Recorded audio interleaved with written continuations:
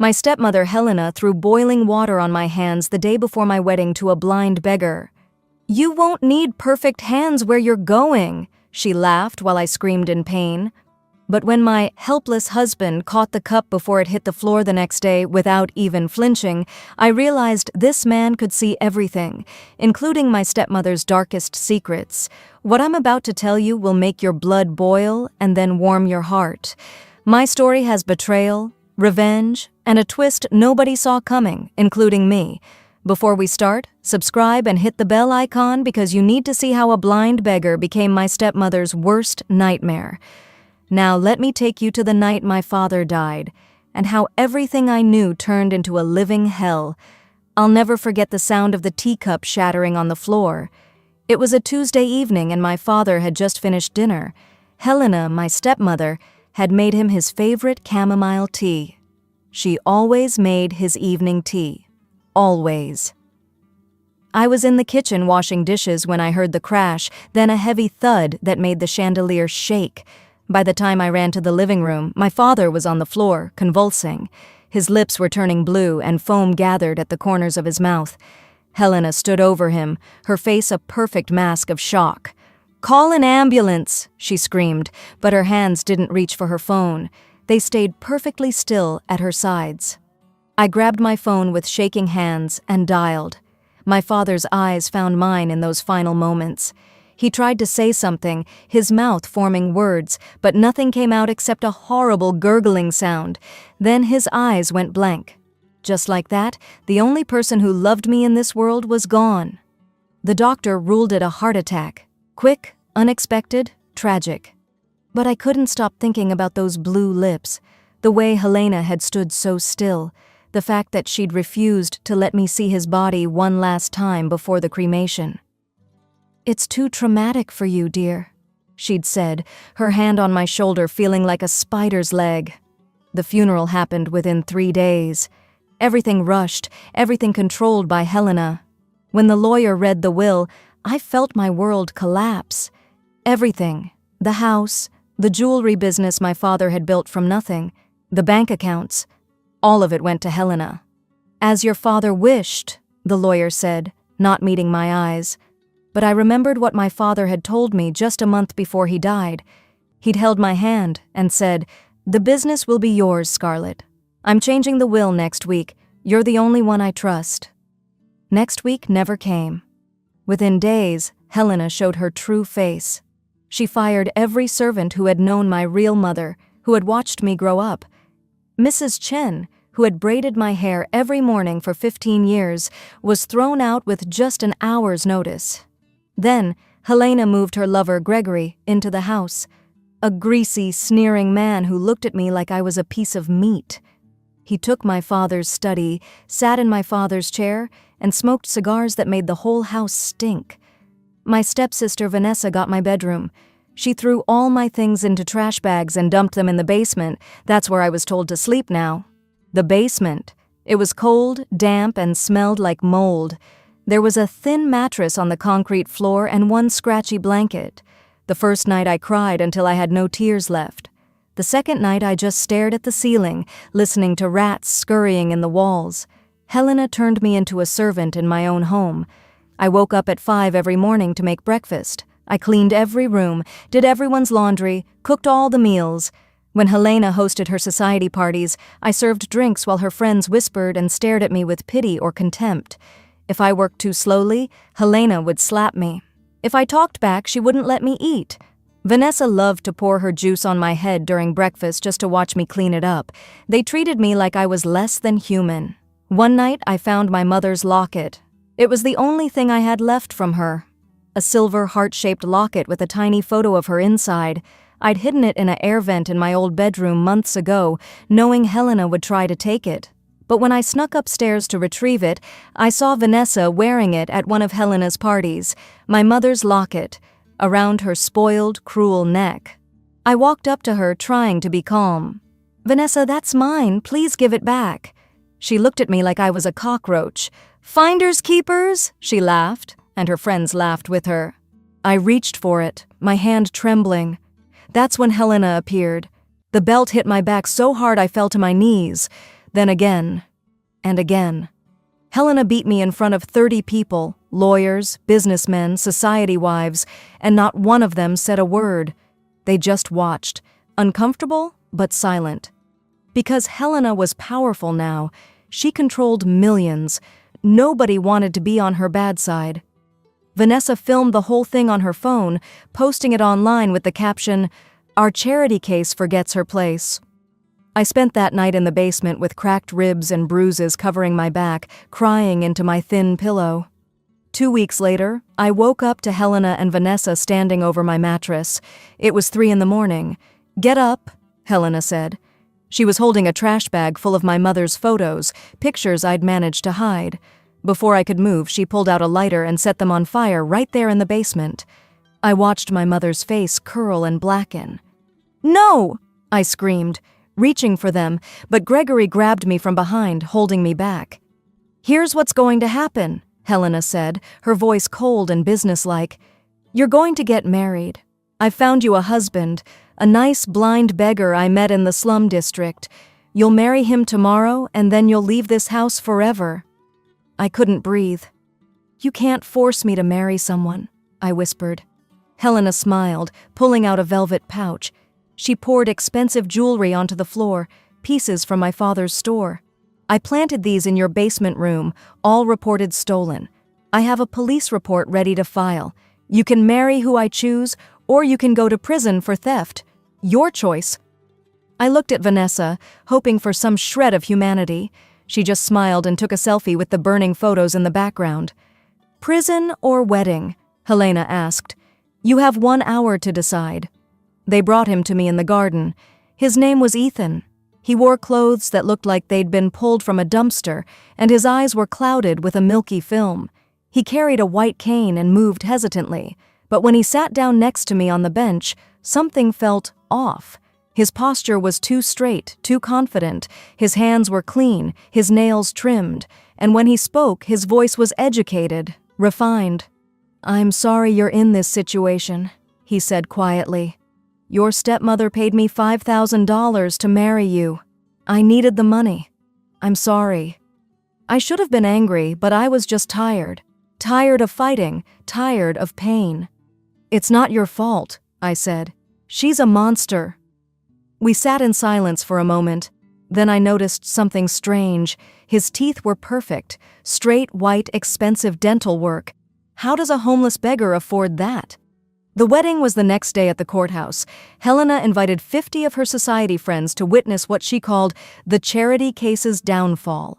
She forced me to wear a stained dress that smelled like mothballs. Vanessa accidentally stepped on the wedding certificate as we signed it, smearing dirt across our names. During the vows, Helena leaned close and whispered, "Your father would be so ashamed of what you've become." I felt Ethan's hand squeeze mine. His grip was strong, not weak, not helpless at all. After the ceremony, Helena threw us out, literally. She had Gregory toss our things into the street. "Don't come back," she said.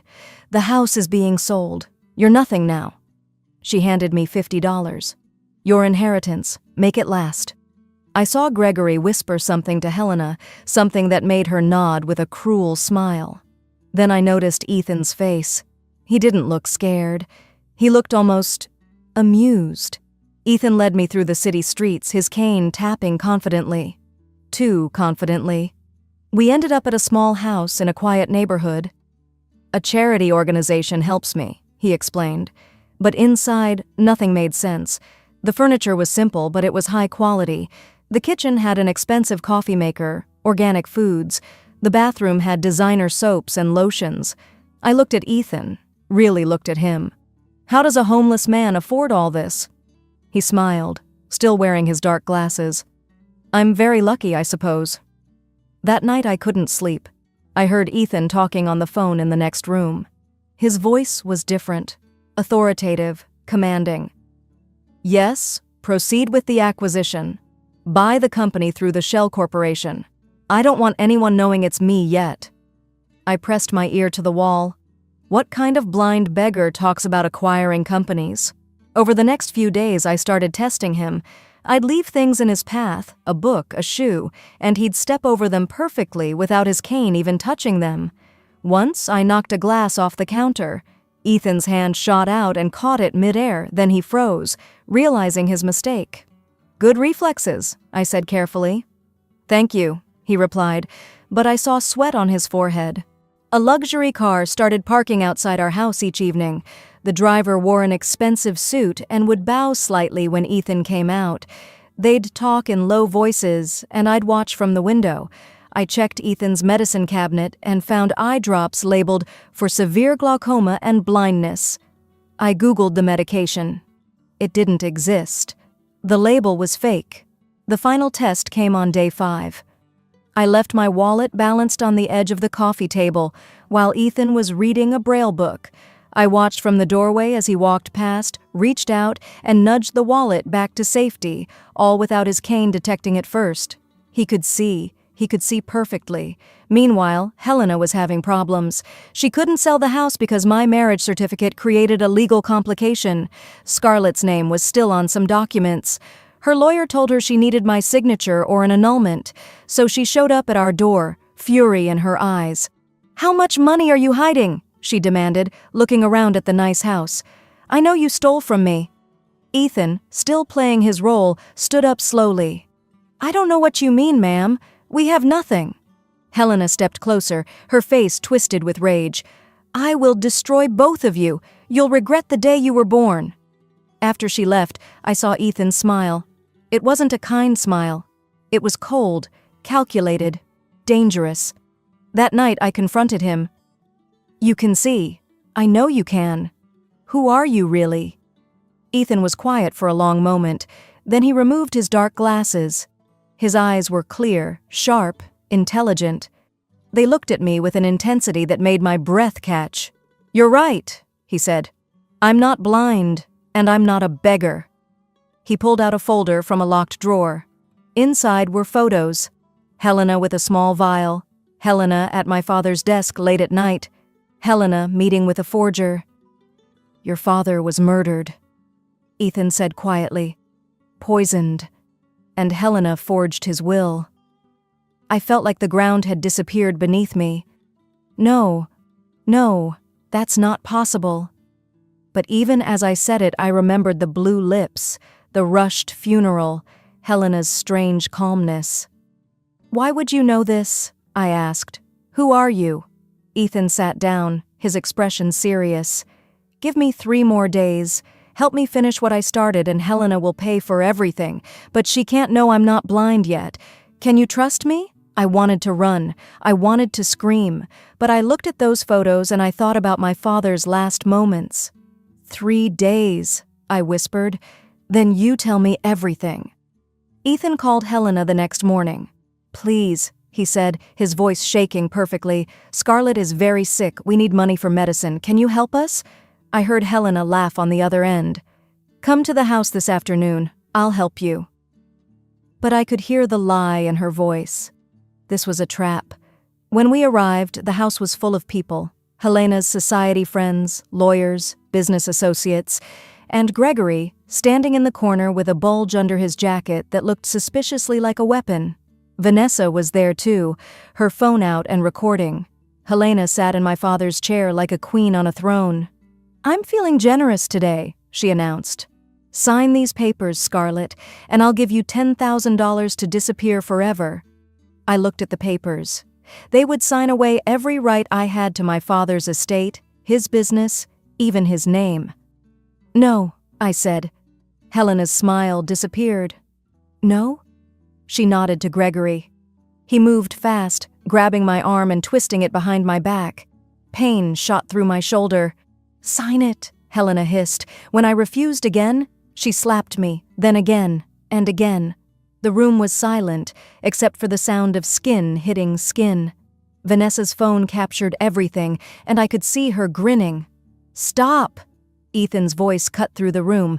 It wasn't the voice of a scared blind man anymore. It was commanding, powerful. "Let her go, now." Gregory laughed.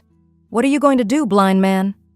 Ethan stood up slowly and reached for his dark glasses. The room seemed to hold its breath as he pulled them off. His eyes were clear, focused, and they looked directly at Helena with an expression that made her step back. "I can see everything, Helena," he said quietly, "including what you did to Scarlett's father." The room erupted in whispers. Helena's face went pale, then red. Who are you?" Ethan pulled out his phone and dialed a number on speaker. "Send them in," he said. The front door opened, and suddenly the room was filled with men and women in suits, police officers, federal investigators, a team of lawyers. "Mrs. Helena Montgomery," one of the investigators said, "you're under arrest for fraud, embezzlement, and murder." Helena screamed, "This is insane! You can't prove anything!" Ethan walked to the large TV on the wall and turned it on. "I'm Ethan Blackwood," he said, and I heard gasps around the room. Even I knew that name. Blackwood Empire, billion-dollar corporations, technology, real estate, pharmaceuticals. "And I have everything." The screen lit up with video footage. Helena, in this very house, mixing something into my father's tea. Helena meeting with a forger at midnight. Helena and Gregory discussing how to handle the Scarlett problem permanently after the wedding. The audio was crystal clear. Helena's own voice. "Once she's married off and out of the house, Gregory will take care of her. An accident. No one will care about a beggar's wife." I felt sick. She hadn't just planned to humiliate me, she'd planned to kill me. "I own the charity organization where we met," Ethan continued. "I've owned it for 5 years. 8 months ago, I saw Scarlett volunteering there, reading to blind children, bringing them food with her own money she'd earned from secret jobs Helena didn't know about. I watched her kindness, her strength despite everything. I investigated her family and discovered your crimes, Helena." He pulled up more evidence. "When you approached me with your marriage scheme, I saw the perfect opportunity. I planted cameras throughout this house weeks ago, hidden in flower vases, picture frames, lamps. I have footage of everything, every crime, every cruel word, every plan." He turned to me, his expression softening.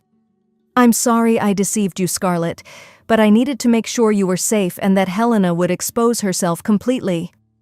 The police moved toward Helena. She lunged at me, screaming, "You set me up! You ungrateful little—" Ethan stepped between us, and Gregory grabbed his weapon. But the police were faster. Within seconds, both Helena and Gregory were in handcuffs. Vanessa tried to run, but was caught at the door. Her phone, still recording, was taken as evidence. The lead lawyer approached me with documents. "Miss Scarlett, this is your father's real will. Everything belongs to you. The house, the jewelry business, all investments. Approximately $50 million worth of assets." He handed me an envelope. "Your father also left you this letter. He suspected Helena might try something. He hid it in the store's safe." My hands shook as I opened it. My father's handwriting. "My dearest Scarlett, if you're reading this, I'm gone.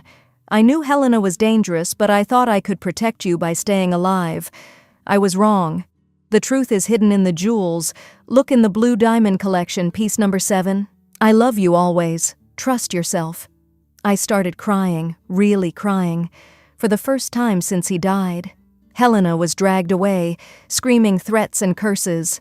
Vanessa went quietly, her face finally showing fear. Gregory was already discussing plea deals. The society friends who had watched me suffer, who had done nothing, now surrounded me with apologies and excuses. I ignored them all. Later, Ethan and I stood alone in the house. "I'll arrange for an annulment," he said quietly. "Our marriage was based on deception. You deserve better." He paused. "I should tell you, I'm engaged to someone else, a business arrangement made by our families years ago, but He stopped, looking away. "I fell in love with you, Scarlett. Watching you volunteer, seeing how you treated me with kindness even when you thought I was a beggar, that wasn't part of the plan."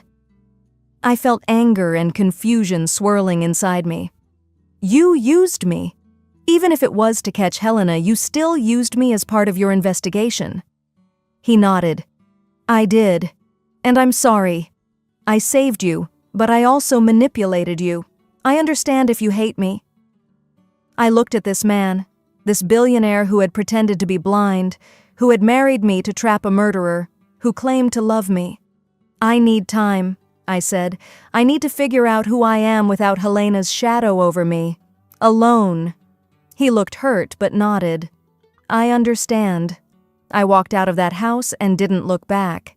6 months later, I'd rebuilt my father's jewelry company into something even bigger.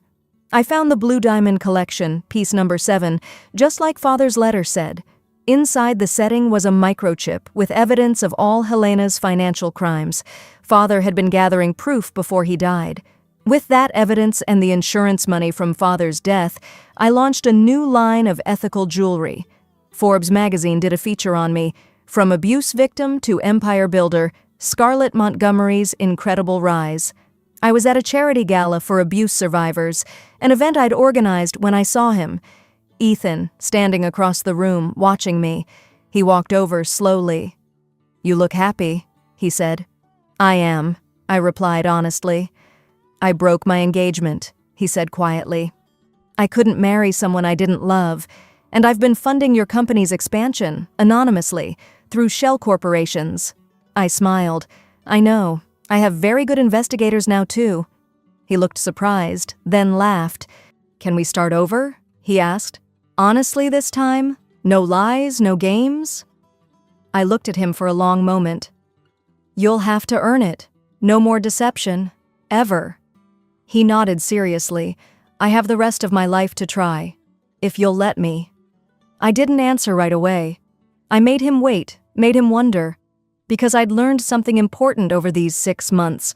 I didn't need saving. I didn't need a man, blind or otherwise, to make me whole. But maybe, just maybe, I could choose to let someone in. On my terms. I visited Helena once in prison. She'd been sentenced to 25 years for murder, fraud, and conspiracy.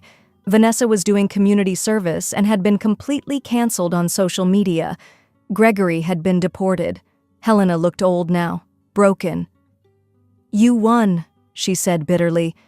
"Are you happy now?" I thought about my question carefully. "No," I said finally, "but I'm free, and that's better than happy." I walked away and never looked back. My stepmother thought marrying me to a blind beggar would destroy me. Instead, she handed me to the one man powerful enough to destroy her. Helena took my father, my home, and almost my life. But she couldn't take my dignity. She never saw the truth. The weakest-looking person in the room can be the most dangerous. If this story proved that karma is real and justice is possible, smash that like button. Subscribe for more revenge stories that will shock you. Comment below "Justice served" if you think Helena got what she deserved. Share this with someone who needs to know their darkest hour comes before their dawn.